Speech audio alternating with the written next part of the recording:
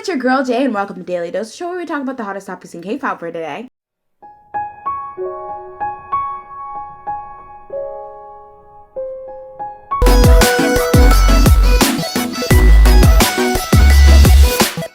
Of course, I just had to talk about the Produce48 finale. After months of grueling, evaluations and rankings, we finally got our official Produce 48 top 12, and I think probably this was the most predictable, surprise-filled, not only season, but just final ranking, because a lot of upsets happened, a lot of surprises, occurred. So let's just get into it. So I'm just going to talk about the final ranking. So in advance, if you don't know who got in and you're waiting to watch it, spoilers, I will be talking about the rankings in detail. But first, I want to just say I'm a bit disappointed in the reaction.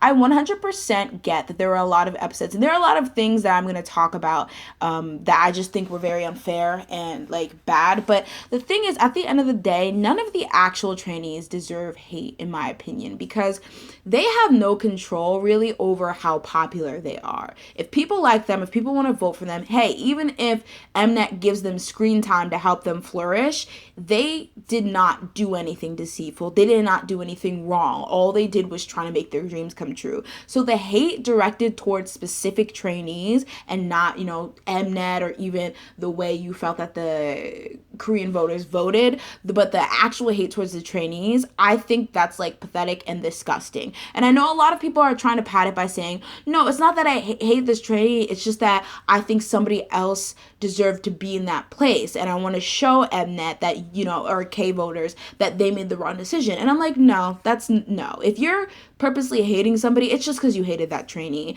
because there are so many better ways to show that you were in support of or liked a trainee that didn't get in. Now, for some of them, they don't have any SNS or whatever, but for, the Japanese trainees, they're active idols. So you can, try your best to follow the AKB48 world singles, hopefully with the good response. The AKB48, how it's run, they really start to try their best to open it up to international fans. So, we have an easier way to give support, but most of them have SNS. So right now, if your favorite didn't make it in, rather than sitting up on Twitter bashing all the girls who did make it in, or sitting up on the Mnet videos disliking and bashing all the girls who made it in, I want you to go to your fave and just shower them with love and support, and let them know that just because they didn't make it into the top 12 doesn't mean you're bailing on them, because I feel like that's one of the biggest things to worry about as a trainee that didn't make it in the top 12. Now that you're not, easily presented every week with new content and stuff like that in the form of a Korean variety show, people are gonna bail. They're not come next March, nobody's gonna care about you anymore. But you want them to know that just because they didn't make it in doesn't mean you're bailing. Your support is there for good. So go to their SNS, do whatever you can to show them that you're here and you're a fan for the long haul. Wasting your time bashing the girls who get in is not going to make the ones who didn't get in or feel any better about not getting in. But showing them that even if you didn't get in the final 12, this wasn't a waste of time and you've gained so many new fans and support, that's the best way. Now that I've gone off on that spiel, let's get into it. The group name was announced iZone, so here are your 12 iZone members. There was a number of upset and surprises. I think probably the three biggest being that Chaeyeon was number 12, which was surprising because, she was number 3 last ranking and she had so much explosive popularity and support. That Sakura did not get center, Wonyoung got center, and there were 3 out of 12 Japanese trainees. So let's just start. I should probably start by saying, when this top 20 final was announced, at the time, all my really, really hardcore faves had been eliminated. So for me, I was kind of going into it a bit more passively. I thought, whatever the outcome, I support all the girls. They're all great in their own way. And, everyone who's made it this far did it by getting fans. And that's the bottom line of this. It's a popularity contest, So whoever was able to charm fans, got in or whatever. And it was a toss up. But one conditions that I had going to this finale that was like, if this happened, I would honestly feel like it wasn't fair, is if it wasn't a 6-6 split down the middle of J trainees and K trainees, or something very close, like a 7-5, either way would have been fine too. And basically, that's just a mixture of the fact that, or it's mostly the fact that Mnet was trying to, like, basically what this whole season stood for was that it was this global girl group, and it was supposed to be this collaboration between AKB48 and Produce 101, and just like this big thing. But the point was to make a global girl group. And so I feel like that would be best signified, especially since you was only Korean voters, if they had a diverse group of girls. So to see a situation where it's so heavily Korean trainee just seemed like kind of a joke. I mean, a lot of people were pointing out that Twice and Idol, two groups that weren't even set out to try to be a global group, are way more global and diverse than this group that literally, started out with like the idea that would be a collaboration between Japanese trainees and Korean trainees. And like that is such a valid point. Like I think people being angry on that behalf at Mnet for the way that they divvied up screen time, at Mnet for some of the shady tactics it seems they used, and just a lot of things that could have been done to make sure that it was a much balanced vote. And a lot of people were saying even the live voting. And it's kind of hard because, throughout the actual rankings as they changed from week to week, we saw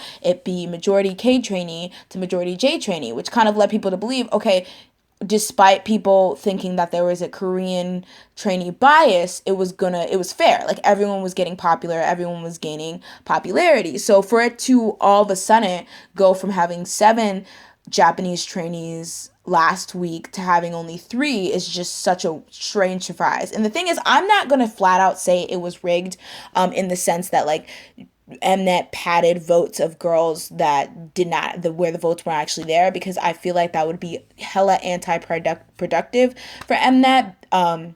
Because you can only fake the funk for so long. Like, maybe you can pad the votes to make them rank higher, but then when it comes time that you start selling CDs and stuff like that, the people won't be there because the fandom was never there. But I will say, like, just the way that the screen time was divvied up at some times was just ridiculous. But I will also say that I feel like a lot of people, are taking global and international popularity and pushing that idea and the disparity and popularity gaps onto what they thought the final 12 would be. Because I feel like we all have to remember it was only Korean voters. So what they say goes. And there was a lot of girls who were trending and stuff like that. But just looking at the final markup, like, did anyone notice how little the disparity between the people who ranked were? Just like taking Wonyoung, who ranked first, and Taeyeon, who ranked 12th, there was only a difference of 117k votes between them. Now, that may seem like a lot, but compare that to season 1, where the difference between the first trainee and the last ranked trainee were roughly 700k votes. And in season 2, it was more closer to 800k. And a lot of people might be saying, okay, don't compare because, season 2 were boys, so obviously more votes. And season 1, fans can vote. But that's not what I'm talking about. I'm not talking about the amount of votes, but the disparity between what was the difference between those 2 plans. So what was the difference between a girl not making it and making it? What was the difference between somebody ranking 12th and first? So I feel like the problem was a lot of people thought the gaps in popularity were a lot wider than they actually were. In my opinion, going into this last round, there was nobody who was really locked. I would say the only person maybe that was locked was probably Sakura. But other than that, it was truly anyone's game. And I feel like more people need to acknowledge that, especially since I see a lot of people saying, who are these nobodies that got in? But I will say I am thoroughly upset with the overall makeup of the group, especially if you're pinning yourself off of a global group. Now for the second thing, Wonyoung versus Sakura.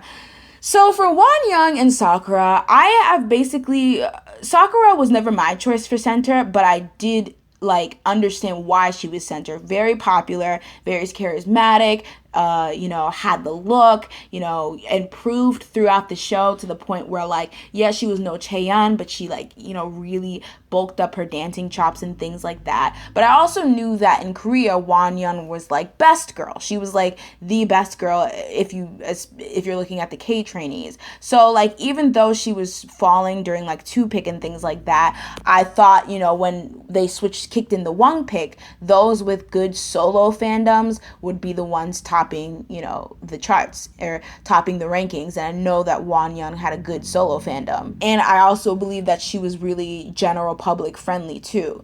So for Wonyoung, it was like when they were like the top two, I was like surprised because at the time there had only been two other Japanese trainees, and I was kind of just worried because I was like, this is so strange, like, why are there so little? But and Chaeyeon hadn't been called at all either, which was really surprising. But when I was looking at that, I was like, either one would be fine. I know that people have problems with Wonyoung's age, and I'd be lying if I said that didn't make me uncomfortable too. And I really hope that now she is center, they really consider her age, unlike they did with Side to Side, which I think was probably the hugest mistake, and something I was really upset at, in terms of Mnet letting her perform that song. But like, it was really like an I fan's choice, I guess, versus a K fan's choice, because Wonyoung was very popular, and like, but like, as soon as you step out the K zone, I feel like Sakura dominated. So when Wonyoung was chosen, I was really surprised because, of course, Sakura is hugely popular in Korea and worldwide. I mean, she was the only trainee to clear the food truck for the voting garden thing. When Wonyoung got center, it was a mixture of being like happy for her, surprised that she beat Sakura because that's insane, and then horrified for her because I know she would get the crap bashed out of her as soon as this happened. And it's already happening. I'm sure Korea's happy with the results, but fans have already been downvoting the video where she uses number one, people calling her, pedo bait and things like that.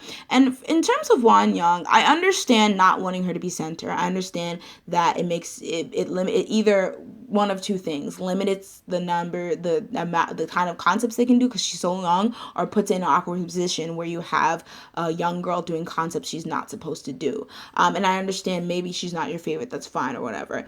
But I think what was a little bit off-putting for me in the response to Wonyoung getting number one is that a lot of people claim the reason why they did not want her in the group or number one is because she's very young, and it would be very inappropriate for a young girl to be thrown into the idol world and face all the hate and stress and negativity and all the setbacks of being in an idol group. And it would be better if she aged a bit and got more mature. But then as soon as she got number one, they were literally the source of that same hate and negativity and bashing. So it's like, did you really care about her well-being, or did you just not like her and using her? And even with the whole, who she's being marketed towards and things like that, I saw a lot of people go from being concerned that she would be sexualized and that, older men would inappropriately stan her and things like that, to bashing her and and basically victim blaming her almost, and being like the only reason she made it